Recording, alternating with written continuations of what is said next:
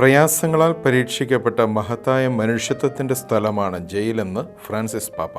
Italian നഗരമായ Verona സന്ദർശന വേളയിൽ മോണ്ടോറിയോ ജയിലിൽ നടത്തിയ സന്ദർശനത്തിലാണ് പാപ്പ ഇക്കാര്യം പറഞ്ഞത്. കുറ്റബോധം, ന്യായവിധികൾ, തെറ്റിദ്ധാരണകൾ, കഷ്ടപ്പാടുകൾ, ഒറ്റപ്പെടൽ, നിരാശത തുടങ്ങിയവയാണ് ജയിൽ എന്ന് കേൾക്കുമ്പോൾ മനസ്സിലേക്ക് വരുന്നത്. എന്നാൽ അതേസമയം തന്നെ ക്ഷമിക്കാനും പുതിയ ജീവിതം നയിക്കാനുമുള്ള ആഗ്രഹം തുടങ്ങിയവ ഉടലെടുക്കുന്ന സ്ഥലമായും ജയിൽ മാറുന്നുണ്ടെന്ന് പാപ്പ പറഞ്ഞു.